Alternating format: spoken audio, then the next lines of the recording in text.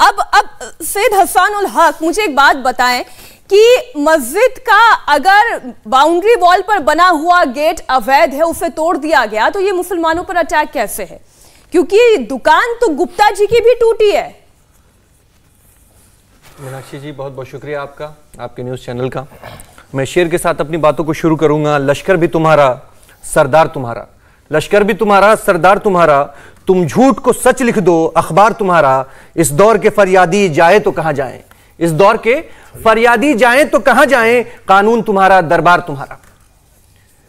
मेरा सीधा सवाल ये है, क्या एमसीडी एग्जीक्यूटिव पावर हो चुकी है देश में?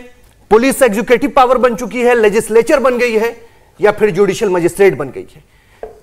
किन लोगों ने इनको हक दिया कि तोड़ने का, ढाने का किसी के घरों को, किसी के दुकानों को?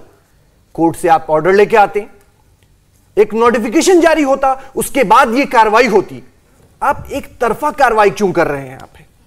नहीं, इसके बारे में जब हमारे संवाददाता, चूंकि इंडिया टीवी के तमाम संवाददाता मौके पर ही मौजूद है, लगातार वहीं से लाइव रिपोर्टिंग कर रहे हैं, उन्होंने कहा कि एमसीडी के पास इस बात का अधिकार है कि वो ये कार्रवाई कर सकते हैं, अवैध निर्माण को ध्वस्त कर सकते हैं। क्या हर चीज के लिए सुप्रीम कोर्ट का ऑर्डर लिया जाएगा? किसी भी सुप्रीम कोर्ट का, बिल्कुल सुप्रीम कोर्ट को, यानी कि आप वाइड टाइम आप कह रही हैं कि सुप्रीम कोर्ट मान्य नहीं है अवैध निर्माण को ध्वस्त करने के लिए? क्या सुप्रीम कोर्ट का ऑर्डर दिया जाएगा? मेरे सवाल सुप्रीम कोर्ट के ऑर्डर को मैं बताऊं, 12 साल कोई व्यक्ति किसी मकान पे, किसी जमीन पर रहता है, अगर कोई 12 साल रहता है तो वो अपने घर को उसका मालिकाना हक के करीब बन जाता है उसका। लेकिन वो लोग गरीब मजदूर, रोजगार, जिनके 4 पैसे कमा के लाते हैं, जिनका घर चलता है, उनके घर को बुलडोज कर रहे हैं आप मध्य प्रदेश में देख लीजिए, आप एक खरगोन में जो अभी घटना हुई, वसीम नाम का एक व्यक्ति जिसके दोनों हाथ कटे हुए हैं और उस पर इल्जाम आयत होती है। मेरी बात को वसीम का जिक्र कर दिया तो मैं चलिए वसीम की बात कर लेती हूँ। वसीम का ही जब फैक्ट चेक किया गया तो वसीम ने ये कहा कि मेरी गुमटी नहीं तोड़ी गई।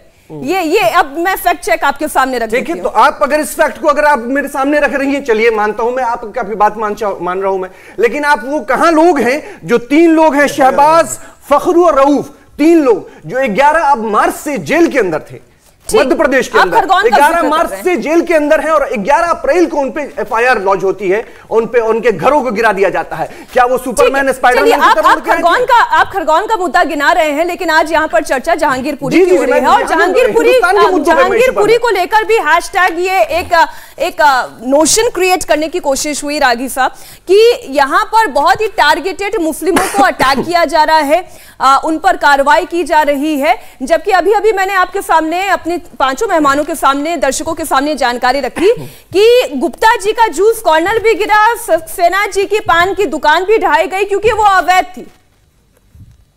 अब बताइए।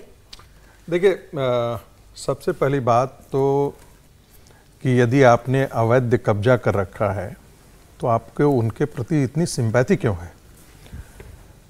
हमको पता है कि दिल्ली के अंदर रोहिंग्या और बांग्लादेशी मुसलमान आकर के कई ऐसे पॉकेट्स खड़े कर लिए हैं।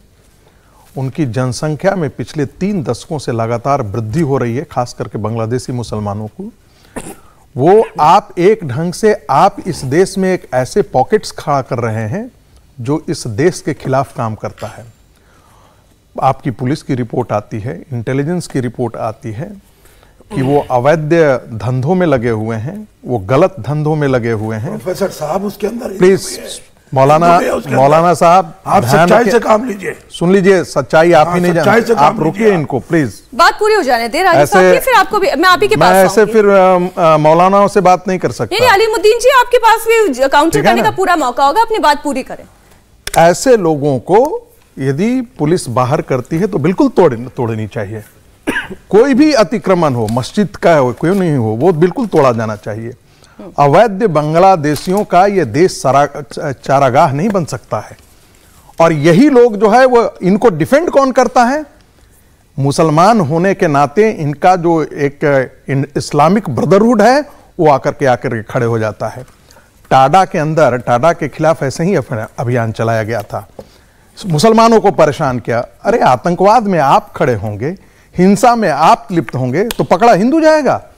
पूरी दुनिया में बम आप फोड़ते हैं इस्लाम के नाम पर, लश्कर तैयबा आप खड़ा करते हैं, जहांगीरपुरी की आप डिबेट हिजबुल मुजाहिदीन आप खड़ा करते हैं, आइए प्रोफेसर पूरी दुनिया में आप आतंक मचा लेते हैं, जहां भी आते हैं मचाते।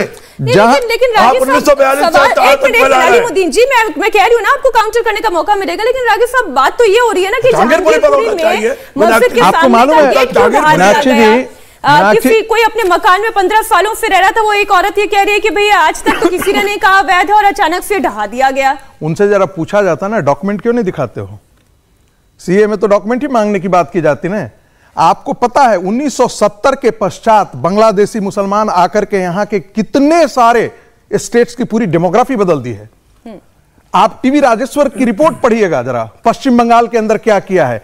पश्चिम बंगाल के मुसलमान सिर्फ इसलिए क्योंकि उनकी जनसंख्या में वृद्धि होगी, जनसंख्या में वृद्धि होती है तो उनका पॉलिटिकल मैंडेट बड़ा होता है। एमसीडी की कोई गलती नहीं इतने दिनों से। मैं कहता हूं एमसीडी की गलती यह है कि इनको बसने कैसे दिया गया। कायदे से दिल्ली पुलिस के खिलाफ केस होना चाहिए, वहां के कॉर्पोरेटर के खिलाफ केस होना चाहिए। कैसे वो यहां आकर के बस गए हैं, ये शर्मनाक बात है। आप एक ऐसे तत्व को यहां पर आपने बसा रखा है, किन कारणों से बसाया गया उनको, कौन इनको प्रश्रय देता है? कोई रोहिंग्या वहां से चल करके 1000 किलोमीटर दूर आकर के यहां आकर के झुग्गी बसा ले रहा है। कोई न कोई इसके पीछे अभियान है। मैं बता रहा हूं, हाँ।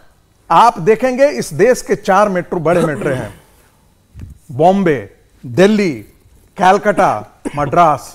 मैं कह सकता हूं दावे के साथ कि 3 पर जो है रोहिंग्या और बांग्लादेशी ऐसे तत्वों का जो पिछले 4 दशक से उन्होंने घेराबंदी कर रहे हैं। मुझे लगता है कि इनको आइडेंटिफाई करके उनको वहां से हटाना चाहिए, उनकी सिटीजनशिप खत्म करनी चाहिए, उनको आधार कार्ड जो मिला हुआ है वो सब खत्म करना चाहिए, उनको वोट देने का अधिकार खत्म करना चाहिए, और जो लोग मुस्लिम बस्तियों में इसको प्रश्रय देते हैं उनकी वोटिंग राइट्स भी खत्म होनी चाहिए। इंडिया टीवी हर वक्त हर जगह डाउनलोड करने के लिए सर्च करें India TV news Google play store या ऐप स्टोर पर।